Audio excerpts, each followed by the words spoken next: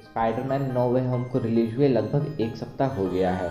तो उम्मीद करता हूँ कि आप लोगों ने ये फिल्म देख ही ली होगी, और अगर आपने ये फिल्म नहीं देखी है तो पहले जाकर के ये फिल्म देखें, उसके बाद ये वीडियो देखें, क्योंकि इस वीडियो में स्पाइडरमैन नो वे होम से रिलेटेड बहुत ही हेविली स्पॉइलर है। वैसे तो ये फिल्म हम स्पाइडरमैन फैंस के लिए किसी इवेंट से कम नहीं थी और पूरी तरह से एक्साइटमेंट से भरी हुई थी, बट हम इसके 8 बेस्ट चीज़ों के बारे में बात करेंगे जो आगे की एमसीयू मूवीज़ में बहुत ही हेविली इम्पैक्ट डालने वाली है। तो वीडियो शुरू करने से पहले हेलो दोस्तों, मेरा नाम है आसिफ और आप देख रहे हैं एके मूवीज़ पॉइंट। तो अगर आपने अभी तक हमारे चैनल को सब्सक्राइब नहीं किया है तो कर दीजिए, क्योंकि हम आपके लिए ऐसे इंटरेस्टिंग वीडियोज लाते रहते हैं। नंबर 8, डेयरडेविल की एमसीयू में ऑफिशियली एंट्री। भले थोड़े टाइम के लिए ही सही, बट हमें स्पाइडरमैन नो वे होम में चार्ली कॉक्स के डेयरडेविल की एंट्री देखने को मिल गई, और हॉकाई के लास्ट एपिसोड में हमें किंग पिन की भी एंट्री देखने को मिल गई थी। तो अब ये देखना काफ़ी ज़्यादा इंटरेस्टिंग होगा कि एमसीयू वाले डेयरडेविल का किस तरह से यूज करते हैं, और नेक्स्ट टाइम वो हमें कहाँ पे देखने को मिलते हैं। मे बी वो हॉकाई की लास्ट एपिसोड में देखने को मिल जाए, या फिर सी हल्क की सीरीज में जो ऑफिशियली अनाउंस्ड है। तो पॉसिबिलिटीज़ बहुत सारे हैं डेयरडेविल के दिखने के। अब उसे देखना काफ़ी ज़्यादा इंटरेस्टिंग होगा, इसके देखने के लिए मैं बहुत ही ज़्यादा एक्साइटेड भी हूँ।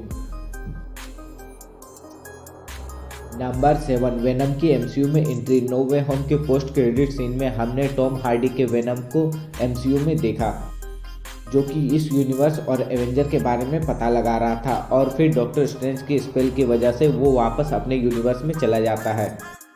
बट वेनम सिम्बायोट का एक छोटा सा टुकड़ा यहीं पे रह जाता है, और वेनम सिम्बायोट का एक छोटा सा टुकड़ा क्या तबाही मचा सकता है वो हम वेनम 2 में ऑलरेडी देख चुके हैं। तो अब वेनम भी एमसीयू में है, और आगे उसके साथ क्या क्या होता है वो देखना काफ़ी ज़्यादा इंटरेस्टिंग भी होगा, और इसी की वजह से अब वेनम और स्पाइडरमैन के एक साथ दिखने के चांसेस बहुत ही ज़्यादा बढ़ गए हैं। बट हमें टॉम हार्डी के वेनम वर्सेस टॉम हॉलैंड के स्पाइडरमैन को देखना था, जो कि अभी के लिए तो पॉसिबल नहीं लग रहा है, बट इन फ्यूचर अगर ऐसा देखने को मिल जाए तो उसे देखना काफ़ी ज़्यादा इंटरेस्टिंग होगा।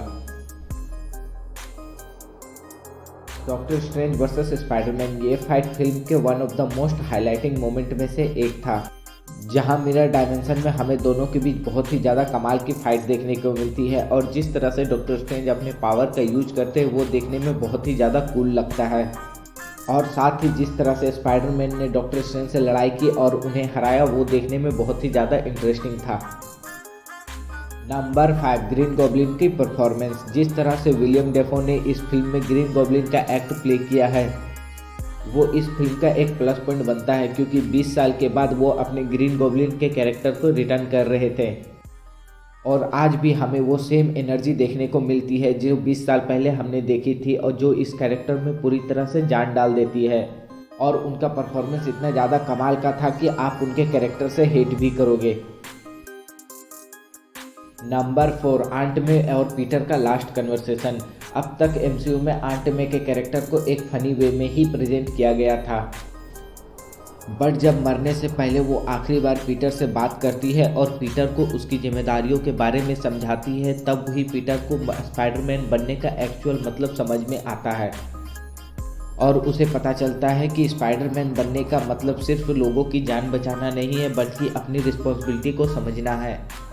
इसी वजह से जब सभी लोग पीटर की आइडेंटिटी भूल जाते हैं और वो एमजे और नेड को खुद की आइडेंटिटी बताने जाता है, बट एमजे के सर पे लगी चोट को देख करके वो उसे नहीं बताता है और वहाँ से बिना बताए वापस चले जाता है, क्योंकि उसे उस टाइम तक रियलाइज़ हो जाता है कि जो भी उसकी आइडेंटिटी जानेगा वो उसकी लाइफ हमेशा ही डेंजर में रहेगी। नंबर 3, सभी का पीटर पार्कर को भूल जाना। ये चीज़ जितनी ज़्यादा सैड लगती है उतनी ज़्यादा एक्साइटिंग भी है, क्योंकि इसके वजह से स्पाइडरमैन की स्टोरी को एक रिबूट मिल गया है, और अब आगे की फिल्मों में ये देखना काफ़ी ज़्यादा इंटरेस्टिंग होगा कि अब पीटर अपनी लाइफ अकेले कैसे जी रहा है, जहाँ उसकी हेल्प करने के लिए ना ही कोई फ्रेंड है, ना ही फैमिली, और ना ही स्टार टेक है, और इन सब के हेल्प के बिना वो अपनी प्रॉब्लम को किस तरह से फेस कर रहा है वो देखना आगे की फिल्मों में बहुत ही ज़्यादा एक्साइटिंग होगा। नंबर 2, सभी विलन्स का एक साथ आना। इस फिल्म में हमें टोटल 5 विलन देखने को मिले हैं, जिसमें से 3 सैम राइमी के स्पाइडरमैन के हैं और 2 अमेजिंग स्पाइडरमैन के यूनिवर्स से हैं। और जिस तरह से ये सभी विलन एक साथ आते हैं और स्पाइडरमैन से लड़ते हैं, वो कभी किसी ने सपने में भी नहीं सोचा होगा कि इन फ्यूचर हमें ऐसा भी कुछ देखने को मिल सकता है। और आगे की स्पाइडरमैन मूवीज़ में हमें किस तरह के विलन देखने को मिल सकते हैं, वो देखना काफ़ी ज़्यादा इंटरेस्टिंग होगा। नंबर 1, तीनों स्पाइडरमैन का एक साथ एक फिल्म में दिखना। इस फिल्म में हमें अब तक स्पाइडरमैन का रोल प्ले करने वाले सभी एक्टर एक साथ देखने को मिले हैं, और जब ये तीनों स्पाइडरमैन एक साथ आते हैं तो वो मोमेंट हम फैंस के लिए किसी ट्रीट से कम नहीं था। और इस फिल्म का सेकेंड हाफ तीनों स्पाइडरमैन को देखते हुए कब निकल जाता है पता भी नहीं चलता है, और साथ ही उनका स्टोरी में अच्छा खासा यूज भी था। और तीनों की केमिस्ट्री एक साथ देखना हम फैंस के लिए मार्वल और सोनी की तरफ से किसी ट्रीट से कम नहीं था, और इसके वजह से इसके चांसेस बहुत ज़्यादा बढ़ गए कि हमें सैम राइमी या फिर द अमेजिंग स्पाइडरमैन का नेक्स्ट पार्ट जल्द ही देखने को मिल सकता है। और इन सब के वजह से ये सुपर हीरो फिल्म का one of the biggest event बन जाता है।